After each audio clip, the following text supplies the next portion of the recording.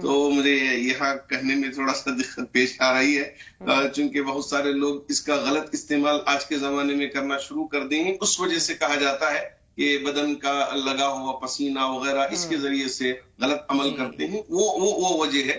ورنہ اگر آپ دھو دیتے ہیں تو یہ ساری مصیبت سے پاک ہو جاتی ہیں، اور اس کے بعد صدقہ کرنے میں کوئی حرج نہیں ہے. بالکل بہتر، یعنی جو آپ خود استعمال کر سکتے ہیں آپ وہی دوسروں کے لیے دیں، بیکار پھٹا پرانا اور گندا نہ دیں. بہرحال زہرا خاتون ہمارے ساتھ ایک کالر ہے، وہ بھی اپنا سوال بتائیں. السلام علیکم رحمۃ اللہ وبرکاتہ. کیسے ہیں آپ لوگ؟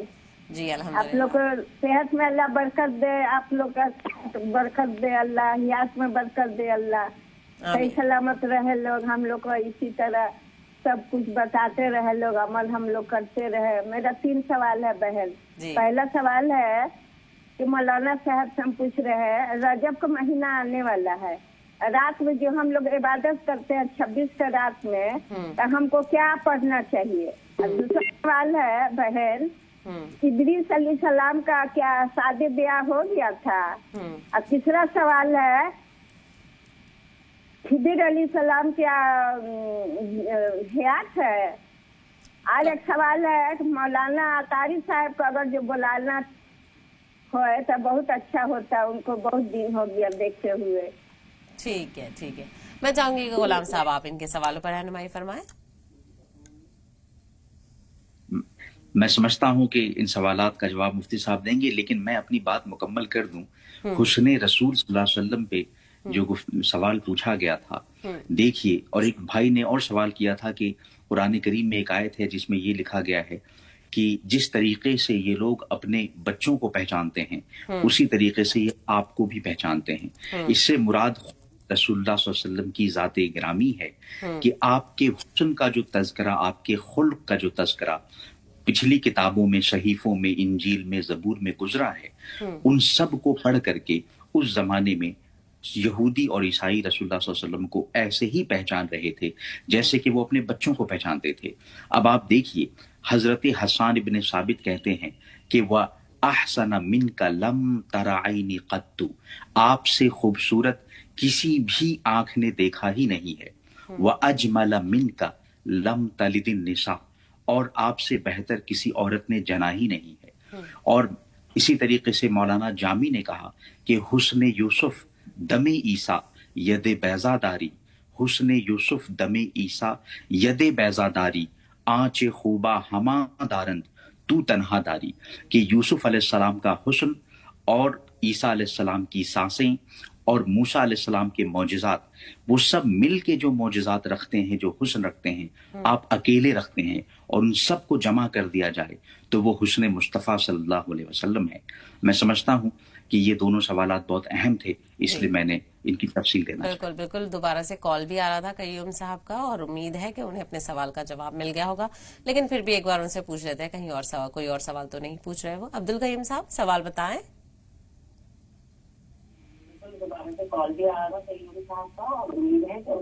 آپ کی آواز نہیں مل رہی ہے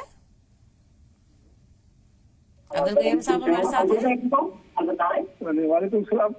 جو غلام رسول صاحب نے دے دیا ہے، ٹی وی کی آواز کم کر لیں، بہت ڈسٹربنس ہے. چلیے آپ کے سوال کا جواب ہو گیا ہے، میں آگے بڑھوں گی. مقصود صاحب جو زہرا خاتون کے کچھ سوال تھے ان پر آپ رہنمائی فرما دیں رجب کے مہینے کی عبادت کے حوالے سے. دوہرا دے دیتی ہیں آپ تو میرے لیے ذرا آسان ہوگا جواب دینے میں. جی انہوں نے پوچھا تھا کہ رجب کے مہینے میں کس طرح سے عبادت کرنی چاہیے، کیا کوئی خاص طریقہ کار ہم اپنا سکتے ہیں، اور ادریس علیہ السلام کے حوالے سے پوچھا تھا انہوں نے. آخری کیا تھا یہ میرے بھی ذہن سے نکل گیا، آپ انہی سوالوں پر رہنمائی فرما دیں. ایک تو یہ ہے کہ رجب کی 26ویں تاریخ اگر اللہ نے ہمارے لیے عطا فرمائیں گے، اگر اس وقت تک اگر اللہ نے زندگی بخشی، تو پہلے یہ ہے کہ آپ اس میں قضا نمازوں کے پڑھنے کا اہتمام کر لیں، اور قرآن مجید کی تلاوت کرنے کا، اور اسی طرح درود شریف کو کثرت سے پڑھنے کا، ذکر و اذکار کے کرنے کا اہتمام کر لیں، اور رات کو عبادت میں گزاریں، اور یہ احساس اپنے اندر پیدا کریں کہ یہی وہ رات تھی کہ میرے آقا تاجدار مدینہ احمد مصطفیٰ محمد مصطفیٰ صلی اللہ علیہ وسلم سفر معراج پر تشریف لے گئے تھے، اور اللہ رب ذوالجلال کے یہاں پہنچے تھے، اور اللہ رب ذوالجلال نے 5 نمازیں عطا فرمائی. اور جنت اور جہنم کا آپ نے معائنہ فرمایا اور نبیوں سے آپ نے ملاقات کی تھی. یہ ساری چیزوں کا تصور کر کے آپ اس رات کو عبادت میں گزارتی ہیں تو بہت زیادہ مناسب ہوگا. اللہ کرے کہ اللہ ہمیں سحریے کو اپنے اوقات کو ضائع کیے بغیر عبادت میں گزارنے کی توفیق عطا فرمائے. جی بہتر.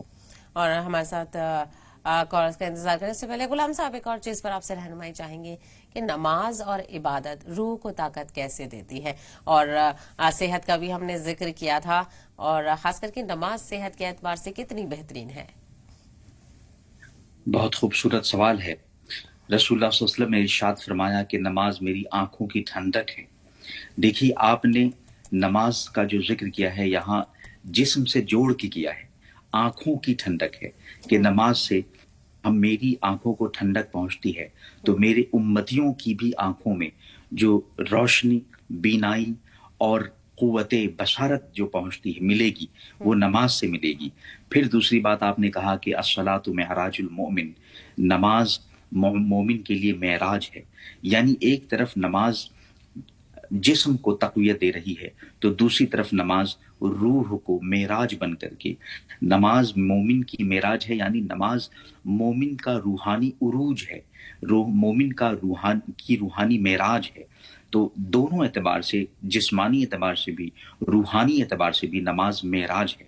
اب آپ دیکھیے رسول اللہ صلی اللہ علیہ وسلم نے جو نماز کا پورا سسٹم بنا کے ہمیں دیا ہے، اس کے اندر جو رکوع ہے، سجود ہے، اور بالخصوص سجود کو آپ دیکھیے سائنٹیفک ریسرچز بتا رہے ہیں کہ جب ہماری پیشانی زمین سے جڑتی ہے تو بہت سارے وہ ریز جو ہماری پیشانی میں، ہماری جبین میں، ہمارے مائنڈ میں ہوتے ہیں وہ وہاں سے نکل جایا کرتے ہیں، بہت سارے فضلات نکل جاتے ہیں.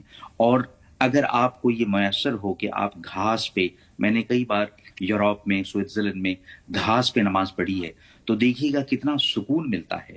آج دنیا بھر میں لوگ انٹرنیشنل یوگا ڈے مناتے ہیں، یوگا کی طرف جا رہے ہیں، لیکن رسول اللہ صلی اللہ علیہ وسلم نے نماز کو 1500 سال پہلے ایک مکمل جسمانی روحانی ترقی کا ذریعہ اور وسیلہ بنا کے دیا تھا، جس سے ہماری باڈی کو، ہماری جسم کو، ہماری روح کو اور بالخصوص ہماری پیشانی کو جو سکون ملتا ہے وہ ناقابل بیان ہے.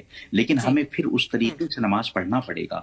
آج ہم نماز میں دیکھ رہے ہیں کہ بڑے بڑے مخملی جانماز مسلوں پہ نماز پڑھ رہے ہیں، اس وجہ سے پیشانی کو وہ سکون نہیں مل رہا ہے جو رسول اللہ صلی اللہ علیہ وسلم ہمیں عطا کرنا چاہ رہے تھے. جی بہتر. ہمارے ساتھ ایک اور کالر ہے نگار بجنور سے، آخری کالر، ان کو شامل کر لیتے ہیں. نگار جی اپنا سوال بتا دیں. پوری ٹیم کو جی وعلیکم السلام. میرا پہلا سوال یہ ہے، نماز کے جیسے ہم نماز پہلے آپ اپنی ٹی وی کی آواز کم کریں اور اپنا سوال صحیح سے بتائیں. پہلا سوال یہ ہے، نماز کی یہ قضا نماز جو ہوتی ہے، کیا ٹائم نماز قضا فجر کی ہو جاتی ہے تو ہمیں ادا کرنی تو فجر کا ہی نماز کا نام لینا ہے؟ دوسرا سوال یہ ہے، صلاۃ التسبیح کی جو نماز ہے وہ نفل ہے یا مطلب سنت ہے؟ ٹھیک ہے. میں چاہوں گی کہ مفتی عمر صاحب آپ ان سوالوں پر رہنمائی فرما دیں. قضا نماز کیسے پڑھنی ہے، وقت کا ہم ذکر کیسے کریں، اور صلاۃ التسبیح کی نماز کے حوالے سے.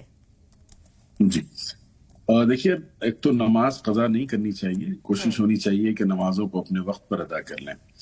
دوسری بات یہ ہے کہ اگر کوئی شخص سویا رہ گیا، نماز ادا نہ کر پایا، تو اللہ کے رسول صلی اللہ علیہ وسلم نے فرمایا کہ من نام عن الصلاة او نسی عنها فلیصلیها اذا ذکرها. جو شخص نماز سے سو جائے، یعنی کہ سویا رہ جائے، نماز نہ ادا کر پائے، یا بھول جائے نماز ادا کرنا، کسی مصروفیت میں انسان کے ذہن سے نکل آئے، تو اسے اسی وقت ادا کر لے جب اسے یاد آوے. تو اس کا مطلب یہ ہے کہ قضا نماز جو ہے ایز سون ایز پاسبل ادا کر لینی چاہیے. ایک بات. دوسری بات یہ ہے کہ جب آپ قضا کی نیت کریں گے تو بالکل اسی نماز کی نیت کریں گے. جیسے اگر کسی نے فجر کی نماز نہیں پڑھی، سویا رہ گیا، تو اسے یہ نیت کرنی ہے کہ میں آج کی فجر کی نماز کی قضا کرتا ہوں یا کرتی ہوں. تو ایک سوال آپ کا یہ ہے. اور دوسرا سوال تھا صلاۃ التسبیح کے بارے میں. دیکھیے، صلاۃ التسبیح اصل میں نفل نماز ہے، یہ کوئی فرض واجب